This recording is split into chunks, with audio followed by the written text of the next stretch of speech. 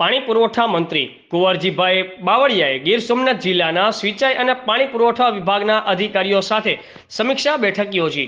મંત્રીએ જિલ્લાના સિંચાઈ અને પાણી પુરવઠા વિભાગ વાસ્મો સહિતના કામો ઝડપથી પૂર્ણ કરવા સૂચના આપી।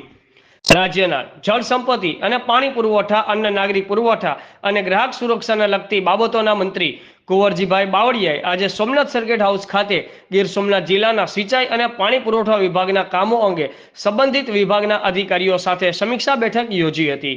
આ બેઠકમાં મંત્રીએ જિલ્લાના સિંચાઈ, પાણી પુરવઠા વિભાગ વાસ્મો સહિતના કામોની પ્રગતિની વિગત, મંજૂરીની પ્રક્રિયાના સ્ટેજ પરના કામો, પૂર્ણ થયેલા કામોની વિગત મેળવી હતી।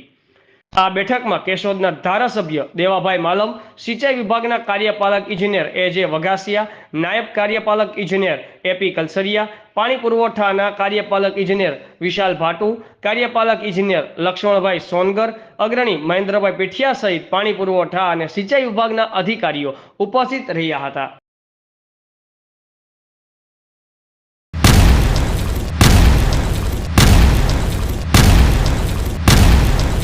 दिव्य सरदार न्यूज, सब पर नजर, सबकी खबर।